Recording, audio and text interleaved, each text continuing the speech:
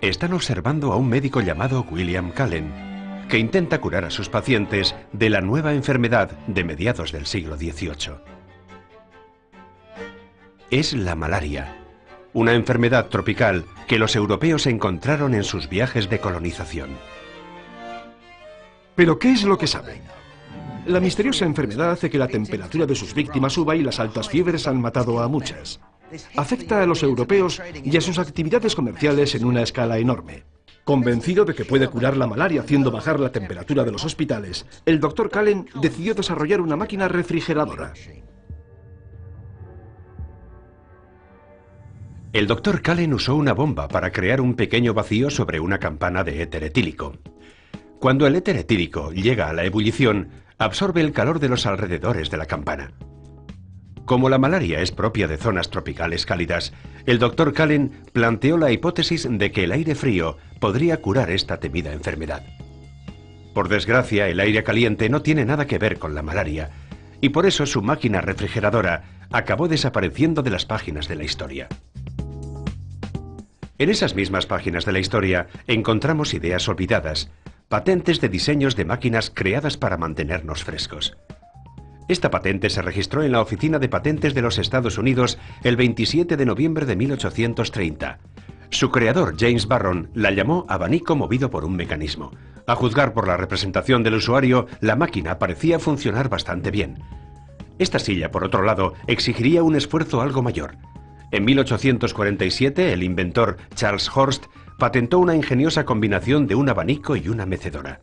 Al mecerse, se activaba el abanico construido sobre ella. La mitad del siglo XIX fue una época de gran inventiva en lo que se refiere a máquinas de hacer frío. Y fue en esa época cuando otro médico reavivó el deseo del hombre de conseguir máquinas refrigeradoras que nos acercaran a los frigoríficos y aires acondicionados que usamos hoy en día. En un sofocante hospital de Florida en 1842, el Dr. John Gorrie inventó un dispositivo que hacía soplar aire sobre unos cubos llenos de hielo. En aquella época se consideraba que los malos aires provocaban enfermedades. El aire frío del Dr. Gorrie era más pesado que el cálido, flotaba bajo los pacientes y salía de la habitación por un agujero del suelo.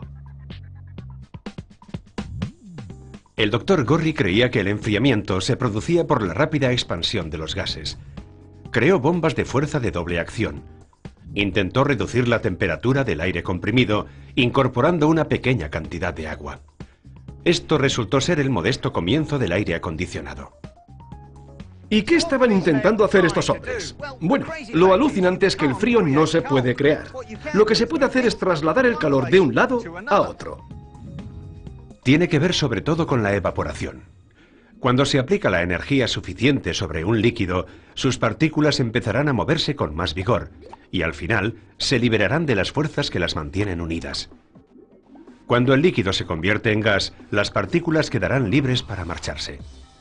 Nos pasa a todos. Cuando hacemos ejercicio, transpiramos. Lo que sucede es que el sudor se transforma de líquido en gas, y eso es la evaporación. Pero hace falta energía para hacerlo.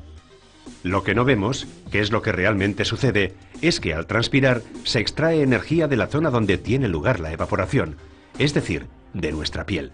Y eso es lo que nos hace enfriarnos.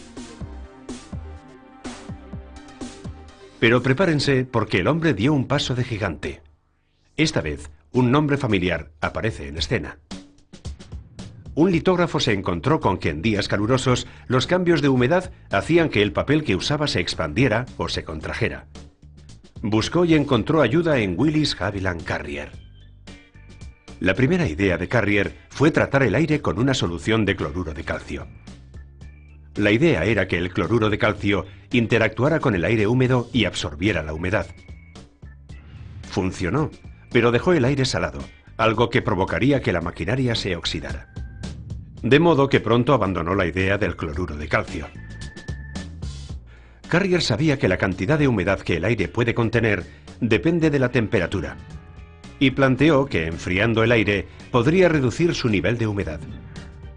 Así que transformó un calefactor haciendo circular aire caliente por su sistema en vez de vapor, y sacó la humedad de las tuberías.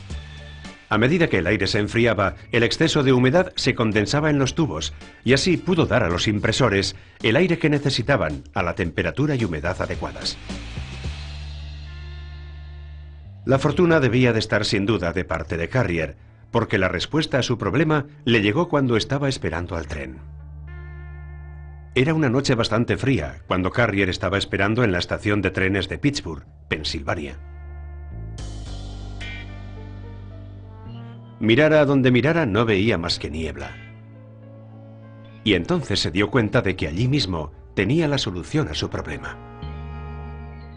Observando la niebla llegó a esta idea radical, de que el aire puede secarse saturándolo con agua.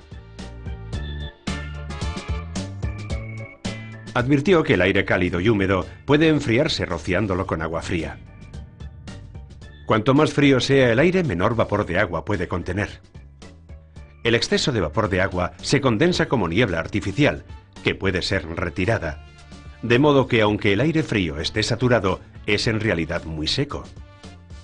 Su dispositivo estaba pensado originalmente para controlar la humedad, pero sus efectos secundarios prácticos fueron que también enfriaban y limpiaban el aire en el proceso.